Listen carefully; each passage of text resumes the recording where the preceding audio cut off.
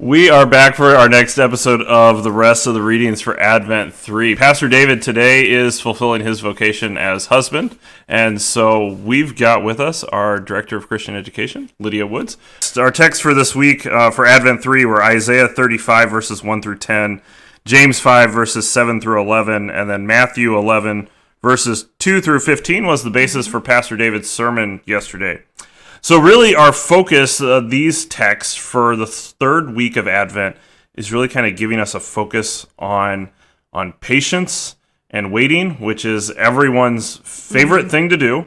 Yeah, I've always been really careful to not pray for patience, because then God gives you opportunities to be patient. Yes. It's kind of like that imagery Pastor David did use in his sermon yesterday of the tailgate going on. You're having the party, but you can't do anything to make stuff come faster. Yeah, the football game will start when it starts, and November 22nd came when it came, and the wedding's going to start. Yes. Some want to call it the pink candle, some will call it the rose candle. It can be either. We normally associate that with the idea of joy, but really part of it is this shift in the tone of Advent, where the beginning is kind of this penitential reflection, and now we're into a joyful anticipation, which is kind of where our texts end up going here too. So it kind of begs the question, what are we joyfully anticipating? But we're waiting for Jesus, his second coming, in the grand scheme of things. Yes, we're looking ahead to Christmas and the celebration of Jesus' first coming. And now we have the opportunity to tailgate for the second coming. So here we are. Yeah, and as we get ready for that, as we oftentimes throughout Advent, we kind of use the generic, we're waiting for Jesus, the Sunday school answer, right? But sometimes we don't stop to go, well, what does that look like? What is this going to look like when Jesus comes back? It's not just Christmas, it's the second coming too that we're waiting for here in Advent. So what does that look like? And that's where our text, especially Isaiah 35 here, gives us a picture of what we're waiting for. As Isaiah begins speaking here in this chapter, he's giving this image of a barren, dry land that is now bursting forth with new life and excitement. It's not even just that new life is coming about, but we get this personification of creation, of it being glad and joyful in the midst of all these things blooming and just kind of growing in this dry land. These are areas of the coastline that are fertile areas, renowned for their forests and splendor, and all that splendor is actually being given now to the barren areas. The northern kingdom of Israel has already fallen. The southern kingdom of Judah is on the verge of being taken out here. And so we get this short little chapter about there just being joy, and those that have been taken away are going to be able to return. And Isaiah is able to give them this beautiful picture of, it's not going to be a wasteland. When God brings you out of exile, it's not going to end up being just ash and dust. And when we look at verses 5 and 6, we get the picture then too. It's not just humanity, or it's not just creation that's being restored, but it's also humanity that's being restored here too. And the words in 5 and 6 are really the words that Jesus ends up speaking to John as he's doubting and wondering, have I waited long enough, or are we still waiting for somebody else to come after Jesus? Are you the one? And Jesus points John back to Isaiah 35 to go, here's what's happening. You decide now. What do you know, John? It's as if God ordained that scriptures would all point to Christ or something like that. It is nice when we have these weeks where the Old Testament lesson gets that direct fulfillment in our gospel lesson, or it's being pointed to in the epistle lesson as something that's being referenced back to by one of the writers. And so we get that imagery here, with our connection in Matthew 11. It's supposed to be the easy place to travel, but here it's also a limited access highway, in the sense that not everyone is allowed on it. And so that's kind of the imagery we get here, is that this road, this way of holiness, the unclean can't walk on it.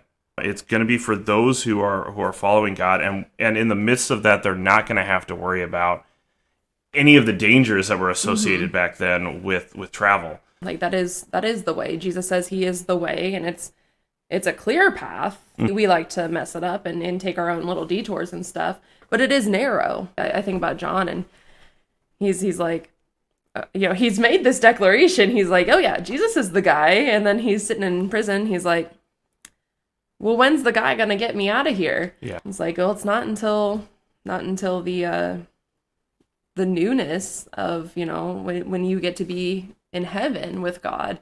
And then as you kind of get to the end here of what Isaiah is even looking at, it's just how this is going to be a joyful time. And I think we all think that too when we think about, oh yeah, when Christ comes again. Right? And we also recognize that waiting is hard, which is what James picks up on then in our epistle lesson, is in James chapter 5. He's just gotten done kind of talking about the struggles that are going to be there.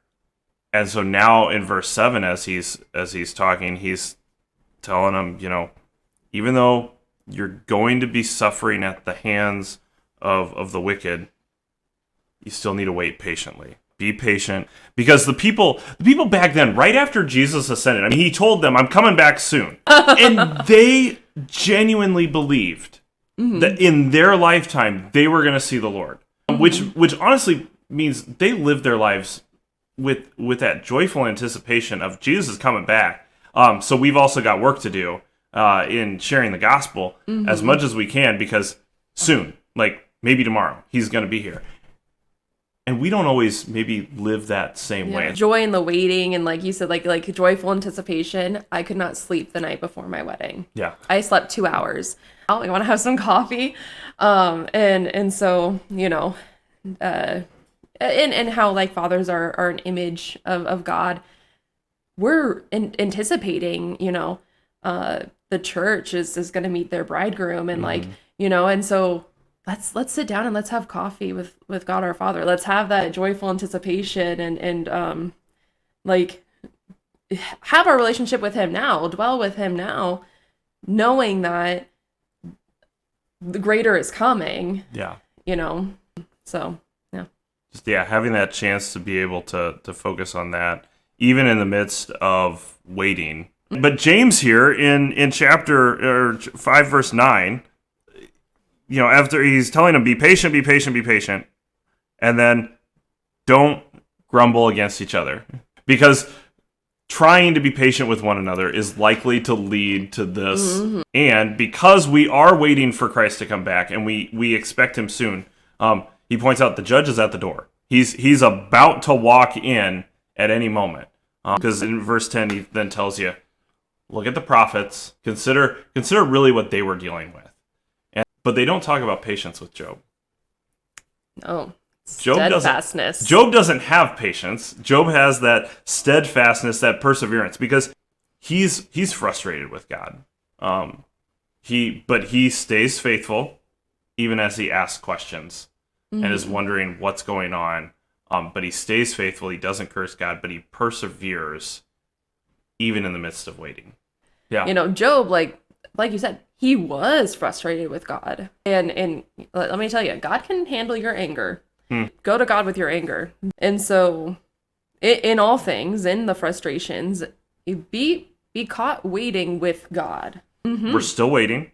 As hard as that can be, especially just as we go through different seasons of our lives of, we're all waiting for different things, but ultimately we're all waiting for the same thing.